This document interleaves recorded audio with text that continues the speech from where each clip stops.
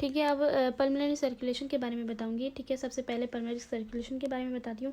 ठीक है, pulmonary circulation में क्या होता है, पल्मोनरी सर्कुलेशन में क्या होता है कि ना, पल्मोनरी सर्कुलेशन होती क्या है, पल्मोनरी सर्कुलेशन क्या होती है कि ना, ये सर्कुलेशन होती है बिटवीन लंग्स एंड हार्ट के बीच में जो सर्कुलेशन कहलाती है उसे पल्मोनरी सर्कुलेशन बोलते हैं। ये डेफिनेशन हो गई। ठीक है, और पल्मोनरी सर्कुलेशन स्मॉल और होती है वो उसके बीच में सिस्टमिक सर्कुलेशन के से अकॉर्डिंग। ठीक है, अब जनाब पल्मोनरी वेसल्स, पल्मोनरी सर्कुलेशन में क्या क्या होता है कि ना, उसकी ब्लड सप्लाई कैसी होती है, पल्मोनरी वेसल्स होते हैं जैसे कि जो कि पल्मोनरी वेंस होती है उनका फंक्शन हमें पता है, पल्मोनरी आर्टरीज होती है, उसके अलावा ब्रोंकियल आर्टरीज होती है, ब्रोंकियल आर्टरीज लंग्स को सप्लाई से करती हैं। ठीक है, तो अब मैंने पल्मोनरी सर्कुलेशन पढ़ा, अब सिस्टमिक सर्कुलेशन बहुत फेमस होता है, तो इन दोनों के बीच में का डिफरेंस पढ़ती हूँ।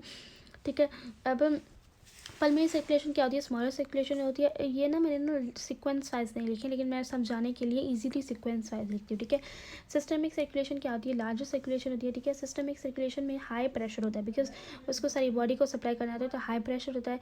ठीक है, और पल्मोनरी सर्कुलेशन में लो प्रेशर होता है, बिकॉज उसमें हार्ट टू लंग होता है। ठीक है, अब हाई प्रेशर होने की वजह से क्या होता है कि ना, इसमें ना ब्लड फ्लो कम होता है, और पल्मोनरी सर्कुलेशन में ज़्यादा ब्लड फ्लो होता है।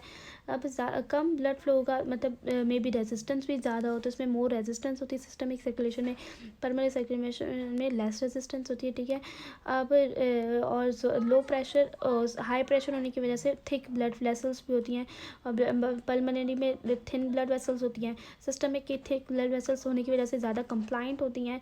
ठीक है, और पल्मोनरी में कम कंप्लाइंट होती है, बिकॉज कम एक्सपेंड होगी, थिन है, ज़्यादा एक्सपेंड होगी बिकॉज थिन है। ठीक है, और सिस्टमिक में और क्या है कि ना, जब ज़्यादा विथ नो ऑक्सीजन वेसल्स, जब ऑक्सीजन नहीं होगा तो सिस्टमिक सर्कुलेशन में क्या होती है, वेसल्स डायलेट होती है ताकि ब्लड फ्लो इंक्रीज़ हो।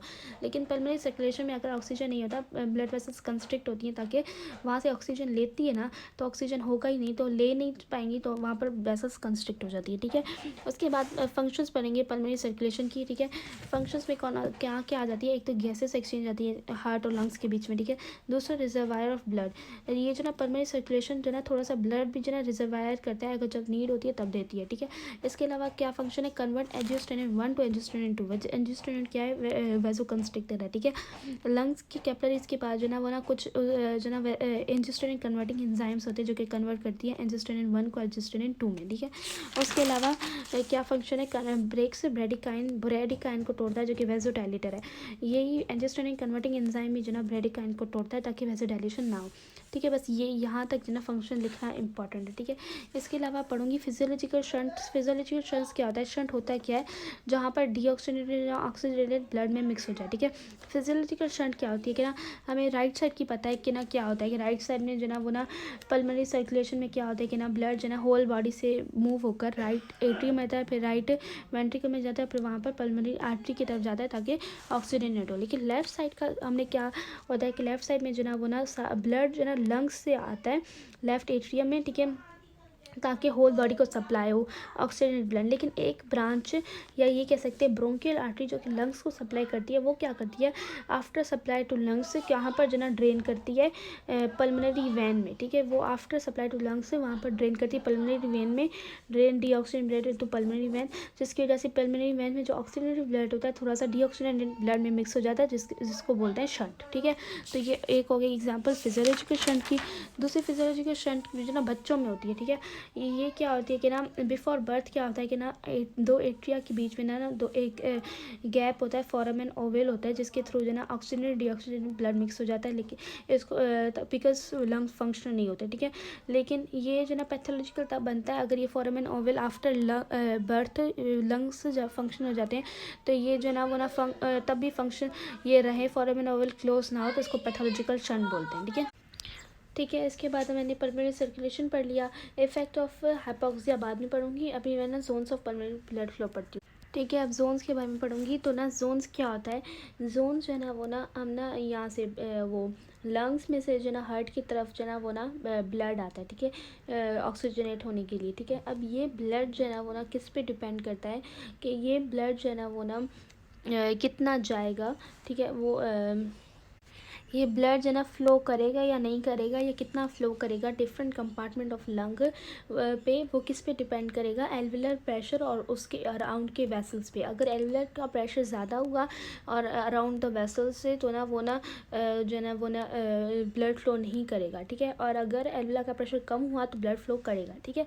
तो ये बात हुई। अब ये बात करूँगी कि ना जब पल्मोनरी आर्टरी जब ऊपर जो ना पल्मोनरी आर्टरी जब ऊपर वाले पार्ट ऑफ लंग की जाती है ना, तो वहाँ पर प्रेशर डिक्रीज़ होता है, क्योंकि ग्रेविटी की वजह से जो ना वो ना प्रेशर ये जो ना नीचे धकेलता है ब्लड, तो जिसकी वजह से प्रेशर डिक्रीज़ होता है। और जब और पल्मोनरी आर्टरी जब लंग्स की तरफ लेकर जाती है, ठीक है, लोअर पार्ट की तरफ लेकर जाती है, तो प्रेशर इंक्रीज़ होता है, ठीक है। ये वाली वैल्यूज़ मत याद करो, प्रेशर इंक्रीज़ होता है ड्यू टू ग्रेविटी, ठीक है। तो मैंने ये जो ना वो ना मैंने पढ़ लिया कि जोन्स ऑफ पल्मोनरी सर्कुलेशन क्या होते हैं, कि ना जो होते क्यों हैं, ठीक है, और ये कौन बनाता है, और ये pressure difference due to pressure differences ये जनाब बना जोन्स बनते हैं। अब 3 तरीके के जोन्स बनते हैं, ठीक है। अब 3 तरीके के जोन्स बनते हैं। कौन से जोन्स होते हैं, जोन 1 होता है, जोन 2 होता है और जोन 3 होता है, ठीक है। जोन 1 क्या होता है, जोन 1 वो जोन होता है जो कि अपेक्स वाला, ये जो ना 3 जो ना वो ना पार्ट्स होते हैं, ठीक है, जोन लंग्स के। जो जोन 1 जो था ना वो ना, ये मैं ना इमेजिनरी बता रही हूँ, फिर ये बताऊँगी कि नहीं ये सच में होता है या नहीं होता। जोन 1 कौन सा पार्ट होता है, जो ऊपर वाला पार्ट होता है वो जोन 1 कहलाता है, ठीक है। और ये जो है ना वो ना ये डिफरेंस इन प्रेशर जो है क्रिएट करते हैं 3 जोन। जोन 1 जो अपर पार्ट में होता है, ठीक है। ये क्या होगा कि ना ये जो ना वो ना जोन 1 कौन सा होता है, जोन असल में अपर पार्ट नहीं कहूँगी क्योंकि ये फिजिकली मौजूद नहीं होता, तो ये कहूँगी जोन 1 कौन सा जोन होता है जहाँ पर ब्लड फ्लो नहीं हो रही होती है, सिस्टोल और डायस्टोल के वक्त ब्लड फ्लो नहीं हो रही होगी, बिकॉज एल्विलर प्रेशर जो है वो ना सिस्टोल डायस्टोल से ज़्यादा होगा, तो जोन 1 में ब्लड फ्लो नहीं करेगी जोन। तो ये मैंने इक्वेशन लिख दी, ठीक है। तो एल्विलर प्रेशर ज़्यादा होगा ब्लड प्रेशर से, ठीक है, ये छोड़ दो। और जोन 2 क्या होगा, जोन 2 वो जोन होगा जिसमें जो है ना वो ना सिस्टोल के वक्त इंटरमीडिएट ब्लड फ्लो होगी, मतलब नॉन कंटिन्यूस ब्लड फ्लो होगी, मतलब सिस्टोल के वक्त ब्लड फ्लो करेगी और डायस्टोल के वक्त जो ना ब्लड फ्लो नहीं करेगी, ठीक है। तो ये सिस्टोलिक, क्योंकि सिस्टोलिक प्रेशर जो है ना एल्विलर प्रेशर से ज़्यादा होगा, डायस्टोलिक प्रेशर एल्विलर प्रेशर से ज़्यादा नहीं होगा। तो ये मैंने इक्वेशन लिख दी, ठीक है।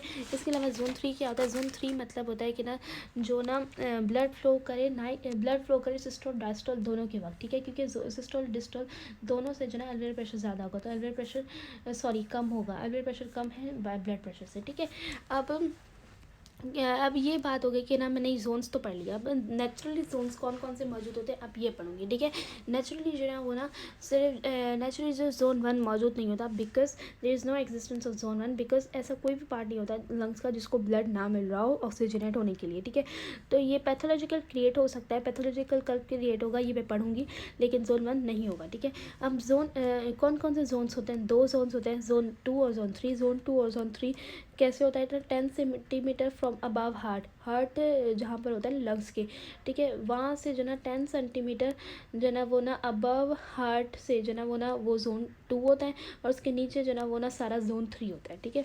तो ये जोन 2 और जोन 3 वाली कंडीशन से आप कुछ ना जोन्स पैथोलॉजिकल रीजन से बनेंगी, या कुछ भी रीजन्स होंगे जो कि जोन जो ना वो ना कंडीशन जो कि जोन शिफ्ट करेंगी जोन 3 की तरफ, सारे हार्ट को जोन 3 बनाएंगी। वो कौन से कंडीशंस होंगे, जैसे एक्सरसाइज है, एक्सरसाइज के वक्त कार्डियक आउटपुट इंक्रीज होता है, जिसकी वजह से सारा जो है हार्ट जो है वो ना ये लेवल ही चलेंगे, सारा हार्ट जो है वो ना जोन 3 बन जाएगा, ठीक है। सेकंड रीज़न क्या है जोन 3 के बनने का, जब इंसान ले डाउन, जब इंसान सो रहा होगा, तो जिसकी वजह से सारा लंग्स जो है वो ना सारी तरफ जो है वो ना ब्लड इक्वल आ जाएगा और प्रेशर इक्वल आ जाएगा, क्योंकि प्रेशर जो है ग्रेविटी जो है वो डिक्रीज कर देती है प्रेशर को, तो प्रेशर इक्वल आ जाएगा, जिसकी वजह से जोन 3 बन जाएगा। During left heart side failure third है। लेफ्ट हार्ट साइड फेलियर में क्या होता है कि ना पल्मोनरी वेन जो है ना वो ना, ठीक है। तो लेफ्ट साइड हार्ट फेलियर में क्या होता है, लेफ्ट साइड हार्ट फेलियर में क्या होता है कि ना हमें पढ़ाया कि ना पल्मोनरी वेन क्या करती है, लेफ्ट एट्रियम को सप्लाई करती है। अगर लेफ्ट हार्ट साइड फेलियर हो गया तो पल्मोनरी वेन लंग्स से जो ना वो ना हार्ट तक नहीं लेकर जाएगी, और पल्मोनरी वेन में पूलिंग हो जाएगी ब्लड की, जिसकी वजह से लंग में जो ना वो पल्मोनरी वेन जो ना पीछे की तरफ लंग्स में पूलिंग करवा देगी, और लंग्स में ब्लड इंक्रीज हो जाएगा, जो कि जोन 3 सारे लंग्स में ब्लड बढ़ जाएगा, और ज़्यादा ब्लड में लंग्स में खून जाएगा, जिसकी वजह से जोन 3 बन जाएगा। तो 3 कंडीशन है, एक एक्सरसाइज, दूसरी पर्सन ले डाउन, और तीसरी लेफ्ट हार्ट साइड फेलियर। और कंडीशन जो कि क्रिएट करेगी जोन 1 वो कौन सी है, एक तो हेमरेज जो कि कार्डियक आउटपुट डिक्रीज करेगा, तो जोन 1 प्रोड्यूस होगा, ठीक है, पैथोलॉजिकल है, ठीक है। और अगर कोई भी पैथोलॉजिकल कंडीशंस की वजह से अगर प्रेशर ऑफ एल्विला इंक्रीज हो जाए तो जोन 1 बन जाएगा। या right heart failure, right heart failure क्या होता है कि ना पल्मोनरी आर्टरी होती है जो कि क्या करती है कि ना हार्ट की तरफ लंग्स की तरफ ब्लड लेकर आती है, ठीक है। तो अगर कोई राइट हार्ट फेलियर हो जाएगा तो ना लंग की तरफ ब्लड ही नहीं आएगा, जिसकी वजह से जोन 1 क्रिएट हो सकता है। तो उसकी तरह दोनों में जो ना वो एक हार्ट फेलियर है, दोनों में कार्डियक आउटपुट का रीज़न है, ठीक है।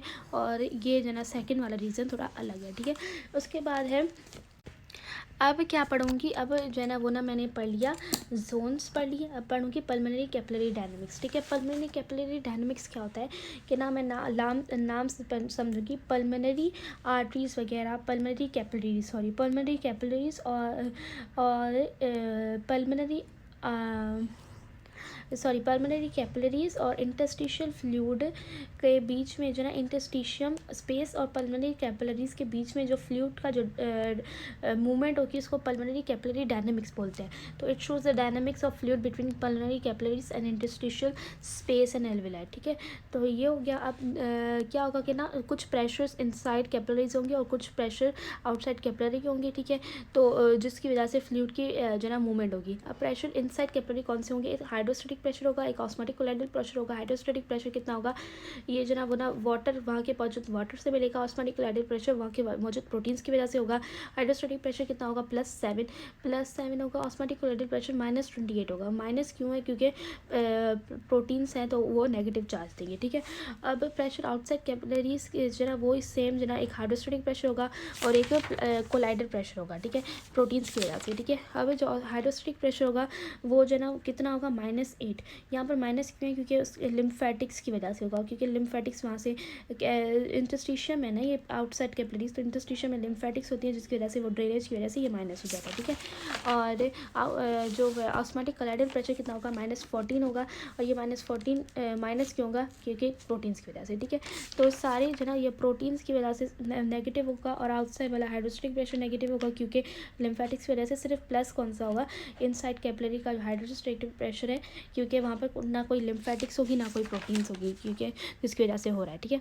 तो अब जो प्रेशर जो है हाँ, अब एक बात है कि ना क्या करेगा कि ना ये जो है ना हाइड्रोस्टेटिक प्रेशर क्या करेगा, सारे प्रेशर जो है ना वो ना आउटसाइड, ये याद ईजी ऐसे याद हो सकता है कि सारे प्रेशर जो है ना वो क्या करेंगे, कैपिलरी से फ्लूइड को बाहर मूव करवाने हेल्प करेंगे, एक्सेप्ट ऑस्मोटिक कोलाइडल प्रेशर। जो प्रोटीन्स के जो अंदर जो है ना वो ना कैपिलरीज के जो अंदर प्रोटीन्स है ना वो सिर्फ जो है ना वो ना वहाँ का अंदर को आने देंगे फ्लूइड को, बाकी सारे जो है ना वो फ्लूइड को बाहर ट्रांसफ़र कराएंगे आउटसाइड द कैपिलरीज, ठीक है।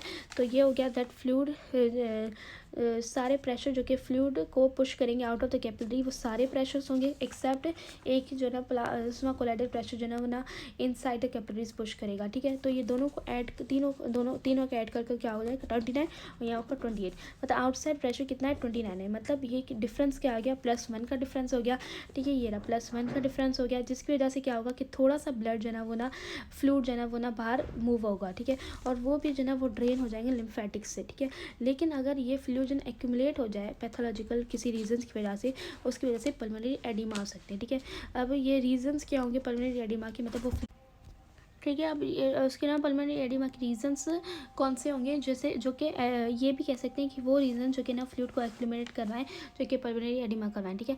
अब उसके रीजंस होंगे कौन से होंगे, ब्लॉकेज ऑफ या ब्लॉकेज लिम्फेटिक्स, अगर वहाँ की जो लिम्फेटिक्स ब्लॉक हो जाए, ठीक है, या उनमें ज़्यादा फ्लूइड भर जाए तो वो लिम्फेटिक्स जो है ड्रेन ना कर पाए, जिसकी वजह से पीछे जो है एक्यूमुलेट हो जाता है। दूसरा रीज़न है left heart side heart failure. यही मैंने बताया था कि ना पल्मोनरी वैन जो है ना वो ना क्या करती है, हार्ट की तरफ लेके जाती है कि पल्मोनरी वेन जो ना लेकर जाए तो फ्लूइड जो ना पीछे लंग्स में एक्यूमुलेट हो जाता है, तो इसकी वजह से पल्मोनरी एडिमा हो सकता है।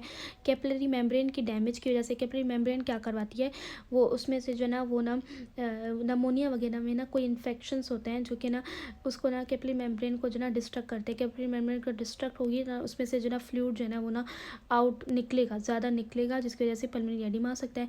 Decrease in osmotic colloidal pressure, osmotic colloidal pressure किसकी वजह से होता है, प्लाज्मा प्रोटीन्स की वजह से होता है। तो प्लाज्मा प्रोटीन्स क्या करती हैं कि ना अगर वो जो ना वो ना वहाँ पर कम कैपिलरीज में कम हो जाए और बाहर ज़्यादा हो जाए तो क्या करेंगी ना, वहाँ बाहर ज़्यादा हो जाएंगी तो वहीं पे वही जो ना कैपिलरी में कौन करवा रही थी, फ्लूइड को ज़्यादा रखवा रही थी, सिर्फ प्लाज्मा कोलेटेड प्रेशर ही जो ना इनसाइड फ्लूइड जो ना मूव करवा रही थी इन कैपिलरीज, तो वो भी कम हो जाएंगी। तो ना वो जो ना वो ना ये भी ना करवा देगा, एक्सप्लेन करवा देगा। अब पल्मोनरी एडिमा के इफेक्ट्स क्या होंगे? पल्मोनरी एडिमा की वजह से लंग्स क्या हो जाएंगी, हैवी हो जाएंगी और बॉगी हो जाएंगी। ठीक है, पल्मोनरी एडिमा की वजह से और कंप्लायंस डिक्रीज़ हो जाएगी। ठीक है, ये रीजंस है, हैवी बॉगी, कंप्लायंस डिक्रीज़ हो जाएगी, स्ट्रेचिंग डिक्रीज़ हो जाएगी। ठीक है, जिसकी वजह से कॉज डिफ़िकल्टी भी हो जाएगी ब्रीथिंग में। ठीक है, क्योंकि कंप्लायंस कम होगी, एक्सपेंड कम होगा, जिसकी वजह से डिस्निया होगा। डिस्निया क्या होता है?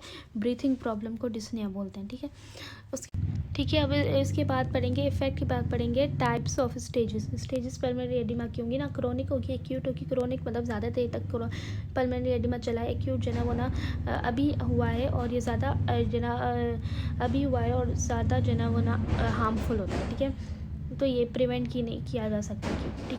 ठीक है, एक ये मैं ना फिरदौस लास्ट में पढ़ाऊंगी, लेकिन ये पल्मोनरी एडिमा के रिलेटेड ही था तो ये मैं पढ़ा दूँ। टाइप्स ऑफ पल्मोनरी एडिमा दो तरीके की होती हैं, एक पल्मोनरी एल्विलर एडिमा होती है और pulmonary interstitial fluid oedema. Pulmonary interstitial fluid oedema जिसमें एक्यूमुलेशन ऑफ फ्लूइड हो पल्मोनरी इंटरस्टिशियल स्पेसेस में, और एल्विलर एडिमा जिसमें एल्विलर फ्लूइड में जो ना वो ना एक्यूमुलेशन हो। ठीक है, और पल्मोनरी एडिमा फैक्टर्स क्या, ठीक है, इसके अलावा क्या है पल्मोनरी एडिमा सेफ्टी फैक्टर क्या होता है? वो सारे कॉम्बिनेशन ऑफ फैक्टर जो कि ना पल्मोनरी एडिमा को ना होने दें उसे सेफ्टी फैक्टर बोलते हैं। ठीक है, जैसे कि ये सारे जो प्रेशर्स हमने पढ़े थे वो उनका सही होना जो ना वो ना ये सेफ्टी फैक्टर है। लिम्फेटिक पंपिंग सही होना सेफ्टी फैक्टर है। ठीक है, तो ये हो जाएगा।